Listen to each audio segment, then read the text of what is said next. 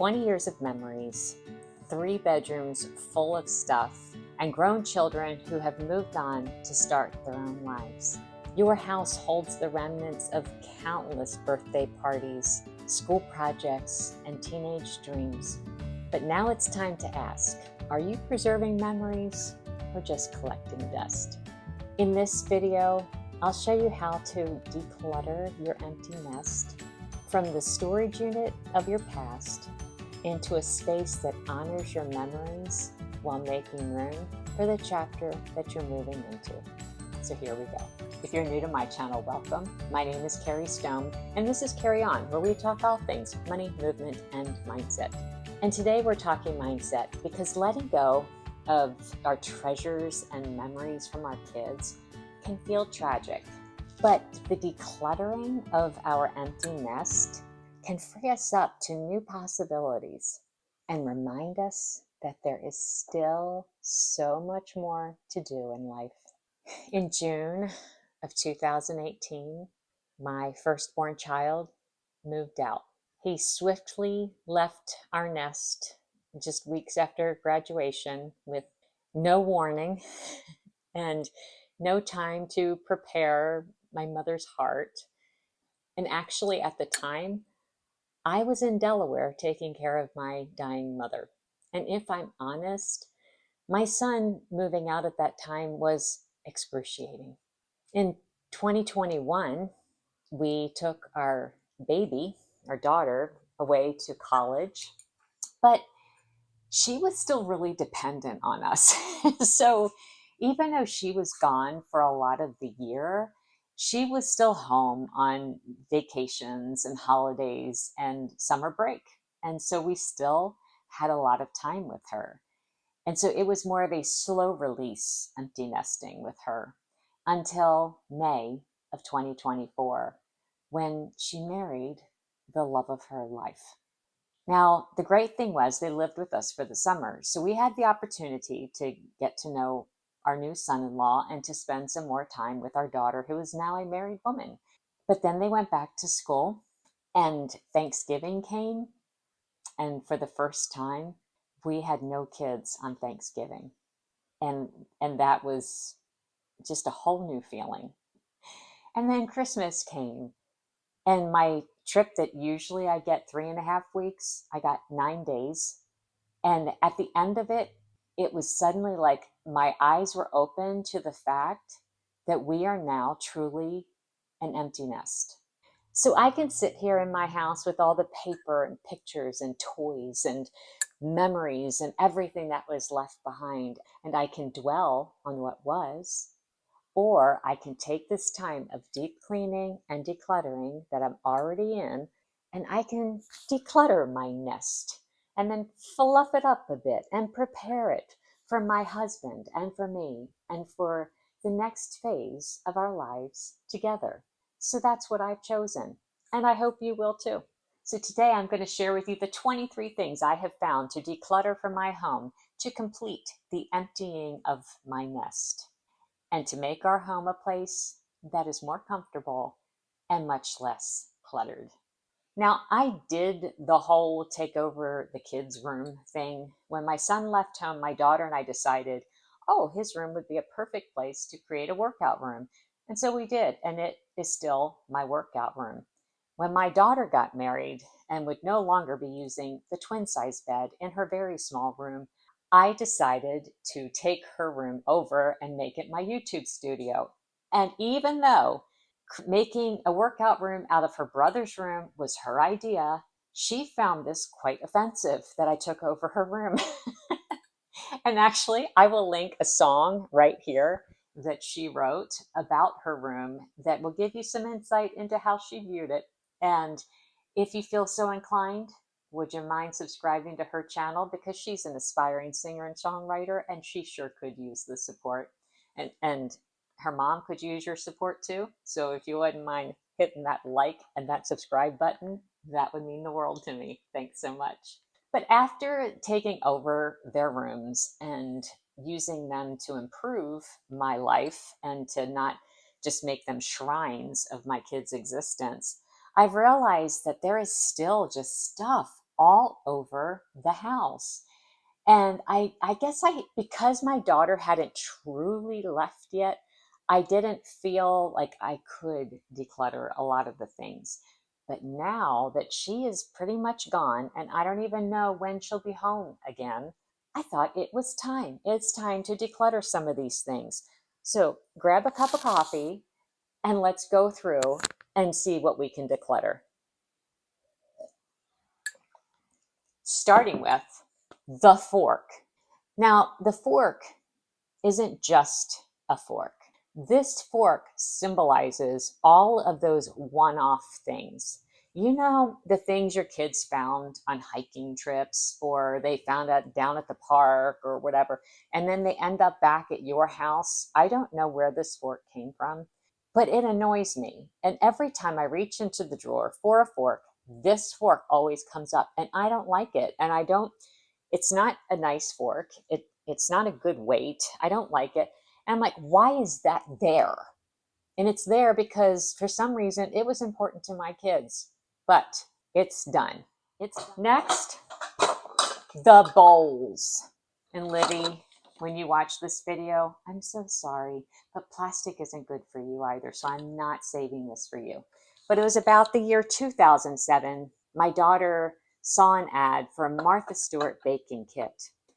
It was Black Friday and it was snowy and it was icy out. And the kids stayed with a friend while my husband and I went, and we found the Martha Stewart baking kit. And through the years, it just ended up sitting in my kitchen, and I ended up using it most of the time because it was just there. It was easy to get to. Well, I have stainless bowls and I have glass bowls, and I'm trying to declutter. And I realize here I am using plastic when I shouldn't be using plastic. And it's just taking up a lot of space. And we've had them for, I said 2007, right? So it's 2025 now. You do the math. But it's done. It's done, right? The time is done.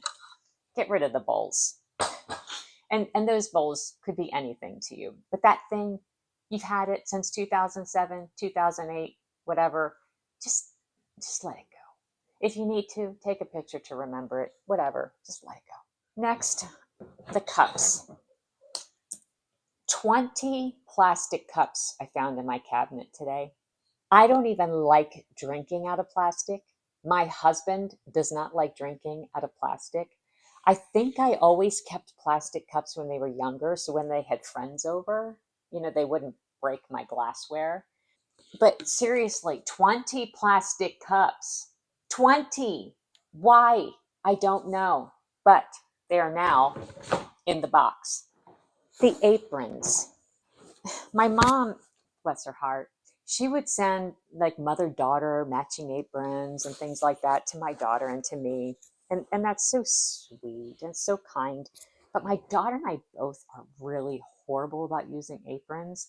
And I have that one apron that I'll put on, like if I'm coming home from church and want to throw food on real quickly, and I don't want to mess up my clothes. But I realize I keep holding on to these aprons because, you should use them. I just don't. And my daughter's now gone. So I'm getting rid of those aprons. So I just don't need that.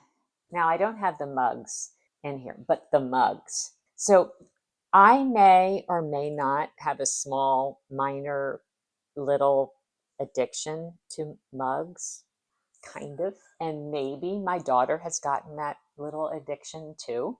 So the other day, I was taking all of her mugs out of the cabinet, and it was 4 boxes of mugs.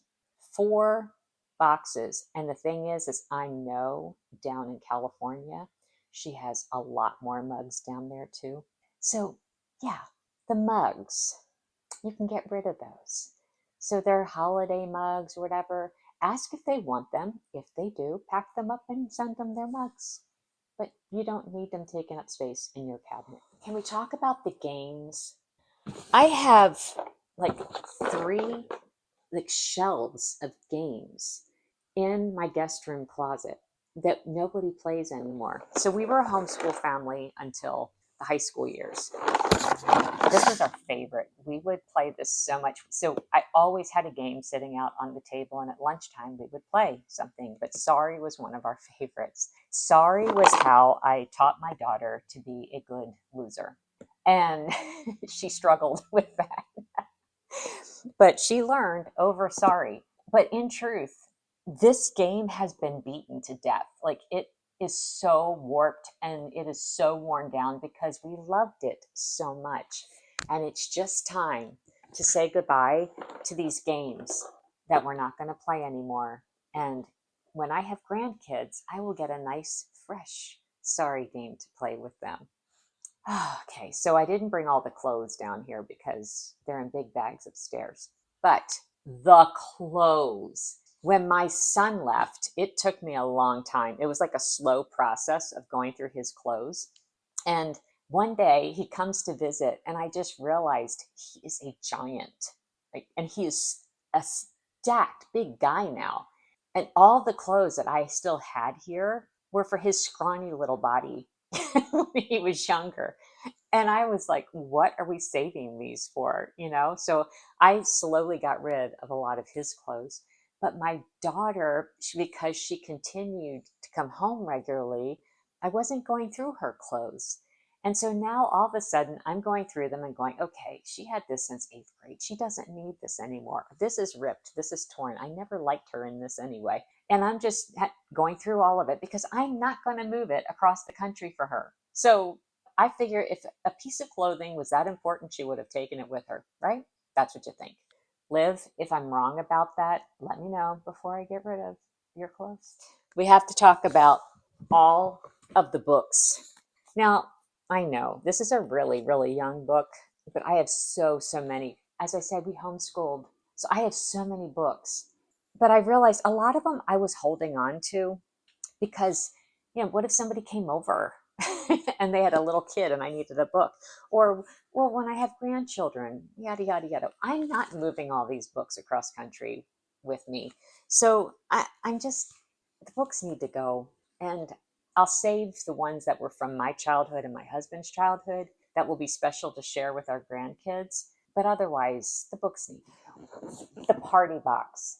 My daughter and I, we make everything a celebration and everything a party. And so this box has just years and years. Like this is all from her 16th birthday. And there are balloons in here. And here's a candle, an 8 candle. I guess I forgot to use it that year. I don't really know what the deal was.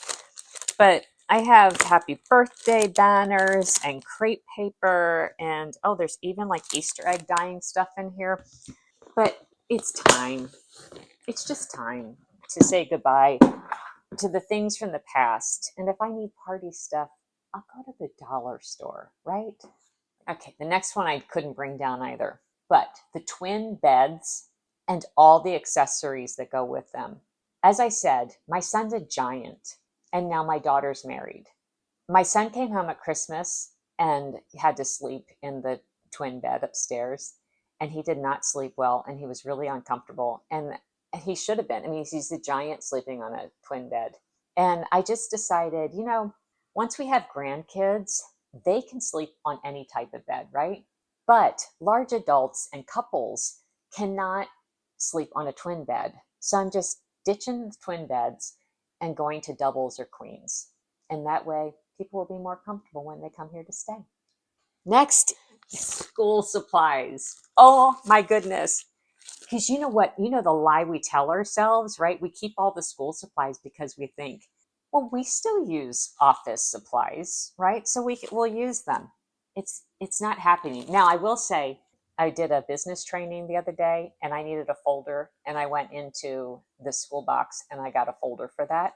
But on the whole, most of what is in all my school supplies is stuff like my kids would have used. And, all the years of homeschooling, we just had so many school supplies. And then when you send your kids to school, they give them this huge list of what you have to have. And then you don't even use half of it. It is so frustrating, the money they make you spend. And then you didn't even need to spend the money. Ugh. Anyway, but school supplies. Number 12, the artwork. Again, with homeschooling, we had a lot of artwork. So much artwork. I'm telling you, we had 5,237,186 drawings of Ariel. And I'm not exaggerating, or maybe I am, just a tad. My son would make superheroes out of craft paper. We had a lot of those. We just had tons and tons and tons of artwork. And my husband went through so much of it and just was trying to pick the best pieces so that, the kids would have something from their childhood without saving like everything. And yeah, you got to go through that. Just don't just stick it in a box and shove it in the garage. Like, go through it. So save what you think is most important and then just get rid of the rest. And so the next one was school papers for us, because when you homeschool, you can get audited at any time. And so you have to keep good records and examples of work and things. So we had many years of papers for school, and we had boxes and boxes and boxes of it. And my husband went through so much of it. And I'll share right here, this is him burning that paperwork and the artwork. He had enough stuff to do a burn pile. Let that sink in. Number 14, the T-shirts. Oh, when my son was small, he was always a superhero. Well, when he grew out of that phase, he was very stoic and very quiet. So he would express himself in his T-shirts. So he meticulously picked out every T-shirt that he had, and it meant something, and you had to really know what it meant. Well, my daughter built her T-shirt collection by accomplishments. So whenever she ran a cross-country race, or she had a track meet, or she accomplished something, or when she sang at the Commodore in Nashville for the first time, she got a T-shirt there. So she has built her T-shirts around her accomplishments. And so she has quite the collection. Now hers, I can't really go through, because she made sure she got all of her T-shirts larger so she could have them for a long time. And my son's just didn't fit anymore. So his, I was able to get rid of for the most part. I saved a couple special ones for him, but hers are there and taking up a lot of space. Trying to figure out what to do with that. Number 15, the knickknacks. If you're a mom, you know. All the Mother's Day gifts, the little trinkets, the little things they find along the way that they bring home and they expect you to keep forever and ever and ever and ever and ever. And if you don't keep it forever and ever and ever and ever, you don't love them. But then it's not just the trinkets and the knickknacks that they pick up, but it's the ones that Grandma or Nana buys. So Noel liked sea life. And so these are just 3 of the collector's items that my mom got my son. My son is a very simple guy. He does not like knickknacks. He doesn't like things sitting around his house. So I don't know what to do with this. They're just taking up space, and that's just 3 of them. Yep. Number 17, the toys. So many toys. I just looked in the closet in my son's room. Oh, that's now my workout room. And one half of it is just all Lego, Nerf guns, things he's built, outfits he made for movies and things like that. He was very creative. And things like this. What do I do with this stuff? Right? It's time. It's time to let it go. Because like I said, he's pretty much a minimalist. So is he ever going to use this stuff again? I don't see that happening. But toys, just ask if they want it, tell them to come get it. If they don't, just give it to somebody who can use it. Stop letting it take up space in your house. Next, hobbies. Like stuff like this.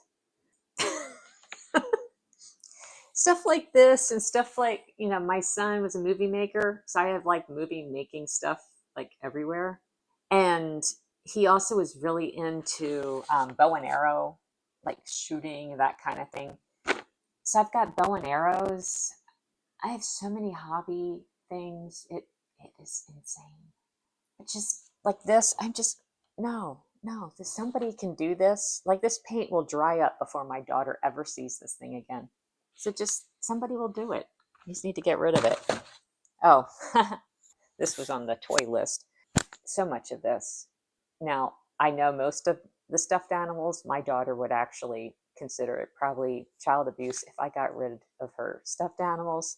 So I'm not getting rid of all your stuffed animals, Liv, but I think this guy can go. It was from an ex-boyfriend, so I don't think we need to keep that. The notebooks. The notebooks. The many notebooks around the house that are partially done. So this was like Delaware travels, right? So this was when my kids were still being homeschooled and we went to Delaware for the month and I had them write about each day. So this notebook is just like partially taken up. And then it's got like 3/4 of the notebook left. Well, my husband's like, we can't waste that paper. And to me, I'm very sacred about my notebook usage. I like a brand new notebook. It's got to be pretty. I like some sparkle on it. And then, I want it new and fresh. I don't want some old notebook. Like, and nobody ever picks up the old notebook. Who wants to do that? Sometimes you just got to throw something out. It's not worth it. The next thing is the sporting equipment. Basketballs that are deflated, bikes, helmets, pads, pool noodles, just all kinds of baseball bats, baseball gloves, all kinds of outdoor sport things that we as adults are never going to use and our kids are never going to use. And they just need to go. It's okay. Give them to a kid who needs them or will use them. And speaking of that, then all the sporting accoutrements that go along with having a kid in sports. So, like, your blankets, your coolers, the padded chair that goes on top of the bleachers so your bottom doesn't freeze on the bleachers. Those, you don't need those anymore. Just let them go. Just let them go. Number 21 that you need to declutter is your expectations. You just need to get rid of what you think this phase should look like, how you think your kids should be treating you at this time, and just let them go. Because if you have these high expectations and then they're not meeting those expectations, it's just going to cause friction and it's going to cause unhappiness for you and it's going to hurt your relationship. So just let go of the expectations. Number 22, you need to declutter the past. You're not going to move forward if you're looking back. There's a story in the Bible about that, and Lot's wife was told not to look back at the city, and she did, and she turned to a pillar of salt. She was immovable after that. And you don't want to be immovable. You want to be finding what this new phase of your life has for you. So don't look back. It's okay to remember the good times and to build upon those memories. But if you stay back in the past, you won't be moving forward to your future. And 23, you need to declutter the dependence on your kids. If you did your job right, your kids should be moving on their own and doing their own thing and becoming whoever they're going to become.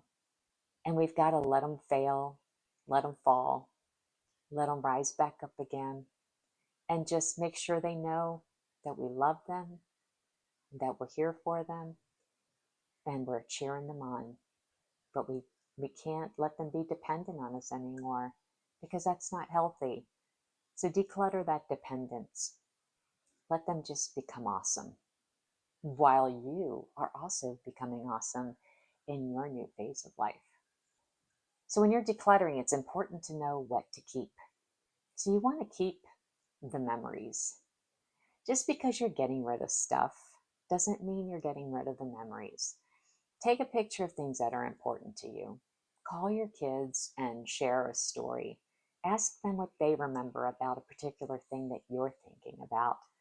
Or write your stories down in a journal so when they're older, they can read those and be reminded of the wonderful times that you had and the things that you experienced together. And the next thing to keep is keep the best of everything. So, as I said about the artwork, we kept the best artwork. We kept the best school things. We keep the best toys and things that are important. Like my daughter married into a Lego family. Her mother in law writes Lego books. So we will not be decluttering any Lego, right? That's not happening because they're important to my son and they're important to my daughter. So we realize that is to them the best when it comes to the toys and things.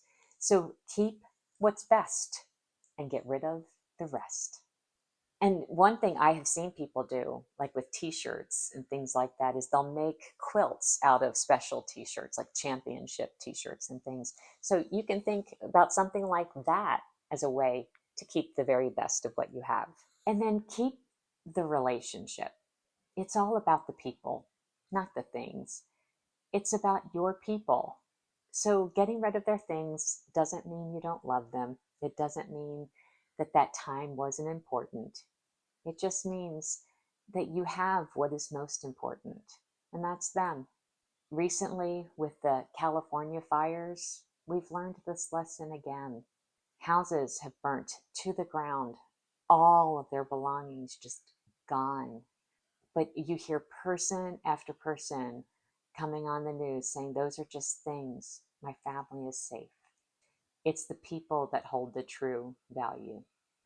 So if your nest is feeling a bit too empty, too quiet, why don't you give one of your kids a call, talk to them, share a story, share a memory, ask them what's really important to them from their childhood, and just revel in that time together.